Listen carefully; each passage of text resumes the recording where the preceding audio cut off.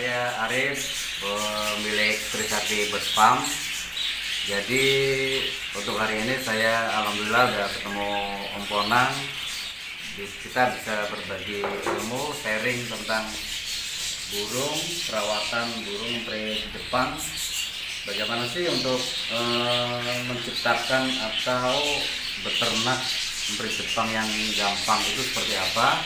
Nanti saya ajarkan berikut beberapa pakan saya yang saya pakai selama ini sampai nanti teknik meloloh di Trisakti Bird Farm. Nah, ini kandang sempit pun atau kandang kecil pun kita bisa kok untuk beternak emprit Jepang, tidak perlu kandang besar karena ini ada dua ini aja udah cukup. Artinya kandang kecil pun untuk budidaya emprit Jepang pun sangat efektif lah, tidak perlu kandang yang besar atau yang mewah-mewah. Jadi kandang seperti ini juga bisa dipakai untuk budidaya emprit Jepang. Jadi saya jelaskan ini untuk sistem pakannya. Saya cuma pakai biji-bijian yang saya bikin sendiri. Ini tidak ada kulitnya. Jadi untuk indukan yang meloloh pun ya sebenarnya sangat membantu. Misalkan anaknya banyak itu pun mereka tidak keteteran untuk ngasih makan anaknya. Itu keunggulan dari pakan kupas ini. Nah, ini juga bisa didapatkan nanti di online shop. Itu banyak tersedia di sana, yang misalkan jauh dari Jakarta bisa pesen lewat toko online kami. Ini yang pertama, cukup simpel, tidak perlu butuh waktu lama untuk mengurus banyak kandang yang kita miliki. Yang kedua, kita pakai extra fooding. Extra fooding seperti ini. Ini yang saya pakai selama ini di tempat kami. Nah, ini yang kemasannya udah tersedia di online shop juga. Ini fungsinya ganti sayur, ganti telur rebus. Jadi untuk satu pakan ini sudah mewakili dua item itu, antara sayuran sama telur rebus. Ini yang extra foodingnya. Kemudian yang ketiga, saya biasanya berikan air minum itu tambahan, yaitu berupa vitamin. Ini bentuknya serbuk, bisa campur sama air minum. Jadi kenapa saya pakai ini? Karena peternakan saya itu dalam ruangan. Jadi burung itu butuh asupan gizi yang seimbang. Kalau memang kita pakainya hanya sekedar pakan, biasanya itu kurang lengkap tanpa didukung sama multivitamin. Nah, fungsinya multivitamin itu untuk memberikan atau menambahkan fungsi dari pakan-pakan tersebut. Jadi lebih maksimal dalam penyerapan energi untuk yang pakan yang kita berikan ke burung tersebut. Ini fungsinya vitamin. Kenapa saya butuh ini? Ya itu. Artinya untuk memaksimalkan pakan yang kita berikan itu dengan tambahan multivitamin. Kalau untuk budidaya emprit Jepang itu sebenarnya nggak perlu ribet. Kita sendiri pun di sini dengan kandang yang kecil bisa menempatkan kandang-kandang kecil seperti ini, sangkar-sangkar kecil ini yang bisa lebih banyak daripada kita memakai kandang yang besar gitu. Kandang kecil pun sudah bisa produksi. Nah, itu uniknya emprit Jepang. Jadi mereka tidak memerlukan kandang besar pun bisa produksi. Salah satu kunci di peternakan atau breeding itu memerlukan grid atau yang kita sebut asinan lah kalau kita bilang di sini. Jadi asinan ini sangat penting. Walaupun kelihatannya sepele tapi ini sangat penting. Dia kalau tidak ada ini biasanya burung bertelurnya lebih sedikit, sama cangkang telurnya lebih tipis. Jadi untuk daya tetasnya burung itu rendah kalau tanpa ditambahin sama grit atau asinan ini. Itu. Ya. Tambahkan lagi. Saya untuk mengurus burung sebanyak inilah ya, sendirian. Saya nggak ada yang asisten, nggak ada apa. Tapi saya sanggup. Kenapa? Saya yang itu saya pakai. Jadi pakan saya sudah gampang.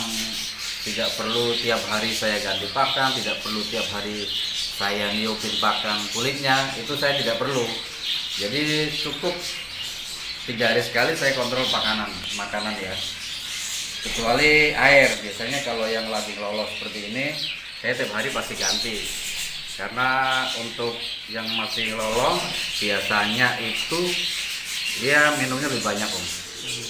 Jadi untuk peternakan itu nggak perlu kita berjelimet-jelimet di pikiran kita, tapi butuh ya yang penting pakannya cukup lah buat burung-burung seperti ini. Tidak perlu repot, tidak perlu yang aneh-aneh. Dengan kandang seperti ini aja udah bisa produksi. Jadi saya tambahkan lagi untuk pemula, jangan takut untuk mencoba, apalagi emprit Jepang itu buat pemula itu paling gampang. Pangsa pasarnya pun masih luas. Saya sendiri kalau untuk anakan masih keteter Om. Jadi banyak permintaan, tapi saya tidak sanggup untuk memenuhi permintaan pasar tersebut. Jadi untuk kawan-kawan semua jangan menganggap sepele emprit Jepang. Di emprit Jepang sendiri masih banyak kok pasar yang terbuka luas, apalagi masa-masa sekarang ini. Kalau saya habiskan ini habis Om. Kalau saya jual habis. Cuman saya nggak mau, saya tetap harus menyisakan untuk indukan saya, karena permintaan itu banyak sekali yang indukan, yang anakan. Cuman saya enggak, saya menahan lah, untuk menahan juga. Untuk saya untuk mengejar produksi biasanya anakan usia 7 hari saya ambil dari sarangnya, saya handpit sendiri. Nanti orang bisa lihat saya ngelola gimana anakan saya pada sehat-sehat, nggak perlu nggak perlu yang ribet-ribet. Nanti saya kasih contoh saya bentuk speknya seperti apa sih gitu. Untuk pemula nanti bisa lihat di tutorial video Om Konang. Kalau untuk kendala sih selama ini emprit Jepang paling gampang Om. Di antara jenis fin yang lain tuh emprit Jepang paling gampang. Jadi yang perlu diperhatikan biasanya untuk emprit Jepang itu sexing atau membedakan jantan dan betina. Itu yang memang agak susah. Jadi kalau jantan itu biasanya ditandai dengan bunyi, ya bekur lah istilahnya, di burung dara itu bekur. Kalau betinanya biasanya enggak. Dan di situ nanti mulai kelihatan antara jantan dan betina udah mulai kelihatan di usia 2 bulan. Jadi usia 2 bulan itu kita bisa sexing, oh ini jantan yang bunyi, oh ini betina nggak bunyi. Itu pun sampai usia 4 bulan kita kadang-kadang masih kecolongan. Artinya, oh ternyata bunyi ternyata kok jadi betina. Nah itu di situ agak uniknya di emprit Jepang. Jadi di sini saya biasanya serabutan aja saya kasih 2 pasang, satu pasang. Nanti saya perhatikan, oh ini bunyi, saya tandain pakai ring plastik gitu. Dan betinanya biasanya saya polosin. Untuk membedakan jantan dan betina. Overall sih semuanya gampang kok di emprit Jepang, nggak perlu ribet-ribet untuk memelihara burung ini, karena burung ini salah satunya itu dia tahan penyakit lah, tahan penyakit, perawatannya juga gampang. Untuk pakan kupas ini itu isinya biji-bijian semua yang disukai, terutama burung-burung jenis fin hias. Di dalamnya itu udah lengkap kok. Jadi nggak perlu niup lagi, nggak perlu ganti tiap hari. Ini udah simpel. Buat saya butuh simpel itu ya gini, saya menciptakan pakan yang tidak perlu tiap hari saya harus ganti pakan. Terus yang kedua, ini ada extra fooding. Extra fooding ini fungsinya untuk mengganti sayur dan sayur dan telur. Jadi saya nggak perlu lagi untuk memberikan sayur atau telur tiap hari. Cukup dengan ini saja sudah memenuhi kebutuhan burung. Terus yang ketiga, saya ada tambahan vitamin Peksi namanya. Itu semua bisa didapatkan di toko online shop. Nanti banyak kok yang jual di online shop produk-produk saya seperti ini. Jadi ini fungsinya dicampur di air sebagai multivitamin tambahan untuk beternak burung. Ini nggak hanya burung emprit aja Om, semua lengkap untuk semua burung bisa untuk ini. Lovebird, paruh bengkok, dan burung-burung fin lainnya tuh sama. Terus satu lagi saya dibuat hand feeding sendiri nih. Jadi hand feeding ini isinya apa? Itu yang banyak diperdebatkan sama beberapa teman-teman yang baru. Pakai susu lah, pakai apa juga. Saya kebanyakan ini adalah biji-bijian murni yang saya haluskan, saya bikin tepung. Jadi tidak ada nggak ada susu, karena susu itu sebenarnya kurang bagus untuk di pencernaan burung. Dan itu selama ini saya sudah lama bikin ini dan saya pakai, cuman baru-baru ini saya keluarkan, saya jual karena yang minta banyak. Jadi saya nggak mau harus bikin, daripada orang kesini minta kan saya rugi nih. Jadi saya bikin ya biar mereka semuanya bisa menikmati lah hasil racikan saya itu. Cara untuk membuat bubur seperti ini biasanya saya pakai sampai 2 sendok teh campur air panas air mendidih kalau saya pakai, biar hasilnya lebih maksimal. Pakai air hangat pun sebenarnya nggak masalah, tapi dia kurang ngembang. Tapi kalau udah pakai yang air mendidih biasanya dia lebih mengembang, dan itu 1 sendok itu bisa 2 kali lipat hasilnya nanti. Seperti ini. Jadi saya bikin memang seperti pasta seperti ini. Itu awet, di tembolok itu awet.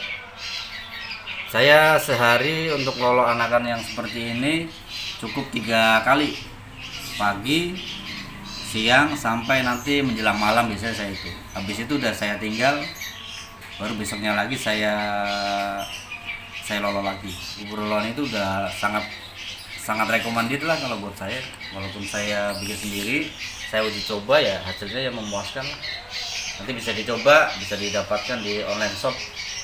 Di banyak kok yang jual extra fooding bubur loloan ini. Teknik lolo di Trisakti Bird Farm sangat simpel seperti ini. Ini saya pakai yang spet 1 mili, jadi kecil, tidak perlu ada tambahan ujung apapun, khusus ini aja udah cukup. Nah ini caranya seperti ini. Karena ini udah kenyang, kita sedikit aja. Ini biasanya untuk usia segini saya 2 spet ini udah cukup, udah kenyang. Ini badannya gemuk.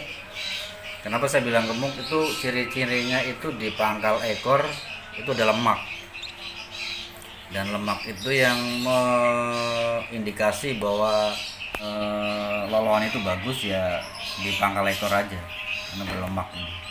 Jadi burung juga sehat, ditimbang pun lebih berat kalau untuk anakan seusia ini. Ini tekniknya seperti ini Om. Biasanya satu-satu saya pegang biar cepet, karena ini udah kenyang jadi agak susah.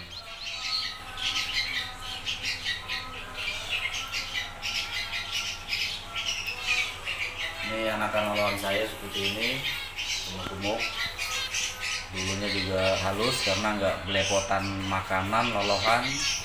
Karena tekniknya benar ya biasanya burung lebih bersih, tidak belepotan di mulut, di bulu. Itu teknik saya yang pakai seperti itu.